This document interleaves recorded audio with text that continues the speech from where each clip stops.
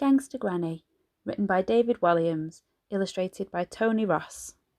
Chapter 27. An Audience with the Queen. "What on earth are you doing here?" asked Ben. What on earth are you doing here, Your Majesty?" "I like to come here when I can't sleep," replied the Queen. She spoke in that instantly familiar posh voice of hers. Ben and Granny were surprised to see she was wearing a nightgown and little furry corgi slippers. She was also wearing the coronation crown on her head. It was the most magnificent of all the crown jewels. The Archbishop of Canterbury placed it on her head when she was crowned Queen in 1953. The crown, which dates back to 1661, is made of gold, encrusted with diamonds, rubies, pearls, emeralds and sapphires. It was an impressive look even for the Queen. "I come here to think," the Queen went on. "I got my chauffeur to bring me over from Buckingham Palace in the Bentley. I have my Christmas address to the nation in a few weeks, and I need to think carefully about what I want to say. One always finds it easier to think with one's crown on. The question is, what on earth are you two doing here?" Ben and Granny looked at each other, ashamed. Being told off was bad enough at the best of times, but being told off by the Queen was on a whole other level of being told offness, as this simple graph demonstrates. "And why do the pair of you smell like poo-poo?" "Well," pushed Her Majesty, "I am waiting." "I am solely to blame, Your Majesty," said Granny, bowing her head. "No, she's not," said Ben. "It was me who said we should steal the crown jewels. I talked her into it." "That's true," said Granny. "But it's not what I meant. I started this whole thing when I pretended to be an international jewel thief." "What?" exclaimed Ben. "Pardon?" said the Queen. "One is terribly confused." "My grandson hated staying with me on Friday nights," said Granny. "I heard him one night calling his parents and complaining about how boring I was." "But Granny, I don't think that anymore," protested Ben. "It's all right, Ben. I know things have changed since then, and in truth I was boring. I just liked to eat cabbage and play Scrabble, and I knew deep down that you hated those things. So I made up stories from the books I read to entertain you. I told you I was an infamous jewel thief called the Black Cat." "But what about those diamonds you showed me?" said Ben, feeling shocked and angry that he'd been deceived. "All worthless, dear," replied Granny. "Made of glass. I found them in an old ice cream tub at the local charity shop." Ben stared at her. He couldn't believe it. The whole thing, the whole incredible story, was made up. "I can't believe you lied to me," he said. I mean, said Granny falteringly. Ben turned to glare at her. "You're not my gangster granny after all," he said. Then there was a deafening silence in the jewel house, followed by a rather loud and rather posh cough. "Ahem!" said an imperious voice. Chapter 28. Hung, Drawn and Quartered.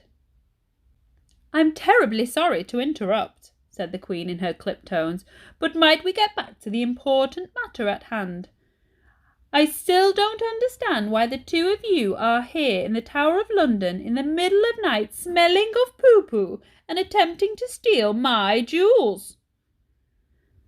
"Well, once I had started, the lie grew and grew, Your Majesty," continued Granny, avoiding Ben's eyes.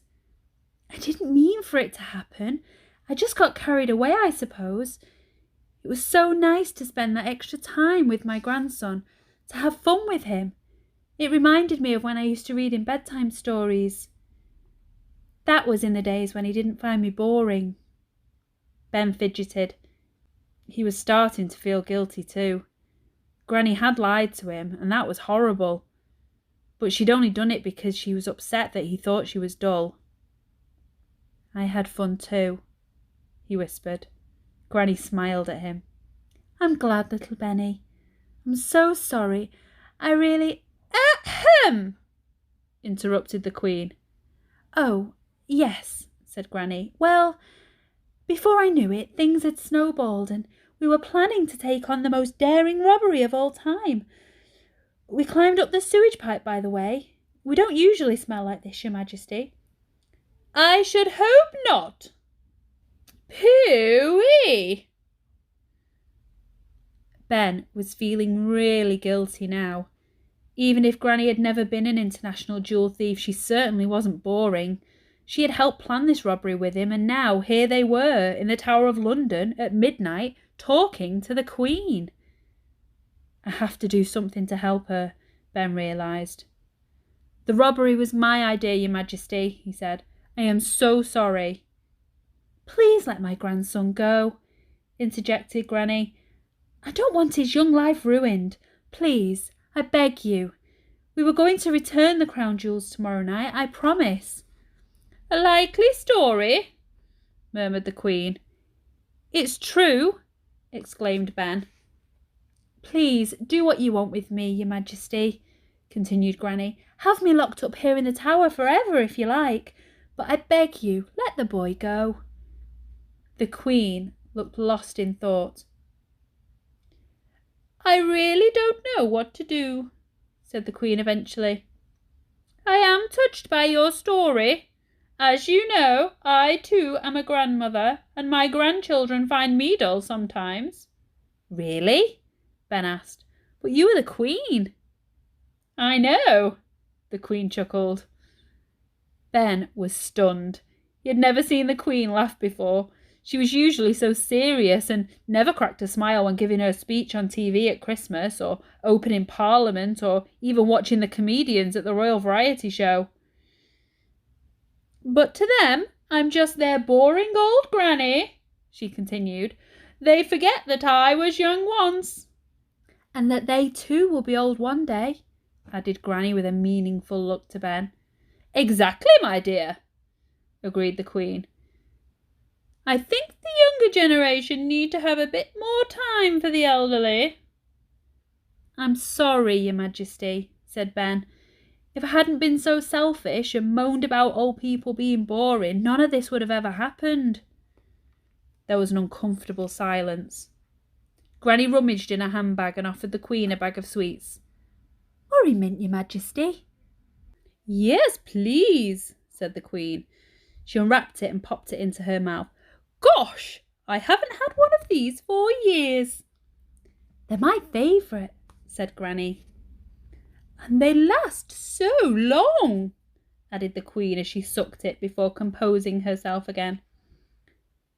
Do you know what happened to the last man who attempted to steal the crown jewels? Inquired the Queen. Was he hung, drawn and quartered? Asked Ben excitedly.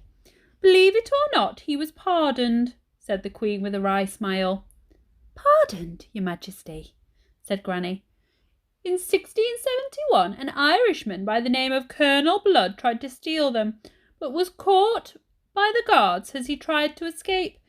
He hid this very crown I am wearing now under his cloak and dropped it on the ground just outside. King Charles II was so amused by Colonel Blood's daring attempt that he set him free. I must Google him, said Ben. I don't know what Googling is, said Granny.